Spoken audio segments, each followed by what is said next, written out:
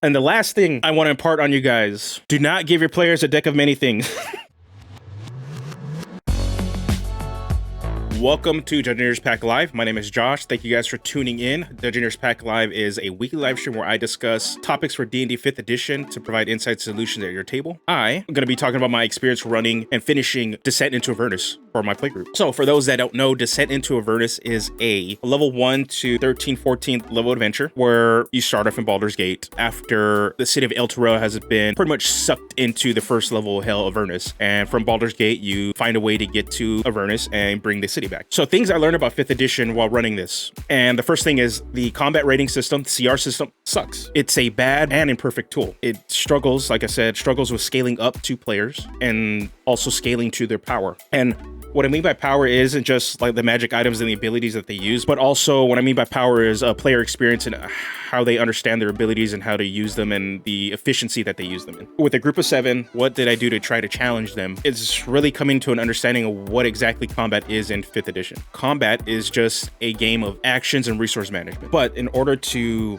kind of combat and ensure that they felt threatened, that there is a level of danger to the fight, you need to have an equaling or an exceeding amount of actions and resources to the players. Not all classes and subclasses are made equal. If you notice, a lot of content creators, not bashing them, it's just when it comes to talking about player options and presenting them, tend to be more on an optimized player standpoint, how to get the most efficiency and the most power for your character. My players don't play like that majority of the time. They will purposely build their characters based around lore and take player options based around the flavor and the intention of their character. Sometimes this means they'll take an optimal choice. Most of the time, it means they're going to skip out on a certain spell that is the best spell for that level, or they're going to skip out on a maneuver or something that is the best at that level because it just doesn't fit with their character. With the introduction of subclasses in Tasha's and Xanathar's, those subclasses tend to be a lot stronger. There's a lot more concise, a lot more efficient, give a stronger draw on power fantasy compared to the PHP. And as on the DM side, what you can do to kind of fix this is that this is where you're going to give them magic items or boons to kind of help these characters that are kind of falling behind to kind of keep up with the other players that are picking a little bit more efficiently, or the subclasses and classes they have are a little bit more efficient at what they're trying to do. But it doesn't mean you should not give cool stuff to the players that are playing in that. Most of the time, optimization revolves around combat, how to be most efficient and kill stuff the fastest you can with using the least amount of resources. But there's 2 other pillars of the game. There's the social pillar and there's the exploration pillar. So what I would do for optimized characters that are geared really towards combat is give them magic items or give them boons, give them something that pushes them into those other pillars so that they're always active in the game, so they're invested. I love designing boss encounters. The boss encounters in the base game suck, or they're just not engaging, and I think that it's just a constant throughout all of official products. Pretty much they just feel like if the character's a bag of hit points, here's a quick description of the tactics that they want to do, or sometimes they don't even have that. They don't, and you kind of just see the stat block and you kind of have to figure out what the hell you're supposed to do with them. I like drawing inspiration from video games and trying to figure a way to take a certain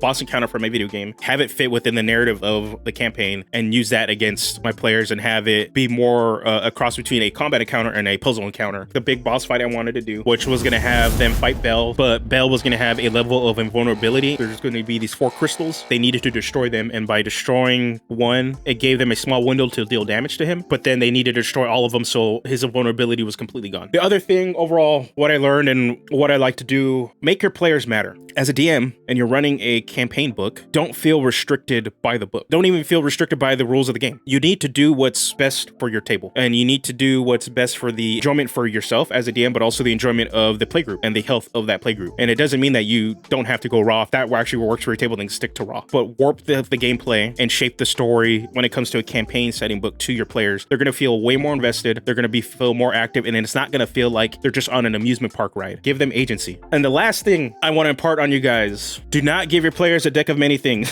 I gave my players a deck of many things, so they were very apprehensive about the deck, but eventually they got it. And the newer players, the 3 of them were like, screw it, we're going to start pulling cards. The first card they pull from that deck is the worst card in the deck, was Dungeon. The second card they pulled, because they were like, we need to get him back, let's pull the wish, we need to pull the card. They pulled a magic item card, and then I rolled on the table, and they got a genie bottle. And then I rolled to see how powerful this genie is going to be, but genie was able to grant them a wish. Boom, he wishes I bring the character back. And that's pretty much how the deck started off. Fast forward, the characters were now retrieving the Sword of Zariel. They were going through this whole flashback scenario where they had to fight Yenogu. And then I just told them, hey, this is probably going to be the last time you guys can really pull from the deck. So before we wrap up, what do you guys want to do? My buddy Carlos is like, screw it, I'm gonna pull cards. previous sessions. The reason his character had changed alignment and changed patrons and everything was because he previously had a card pulled that allowed him to change the events in the past. He changed it so that Zariel never turned evil. She never turned to an archdevil. Well, I changed it so that Zariel never became an archdevil, but she still fell. Belle was now the new big bad. Zariel was now trapped inside the companion. They were now on a mission to free her. Fast forward now back to this last session. He pulls the damn wish card. And of course, the character had changed fate before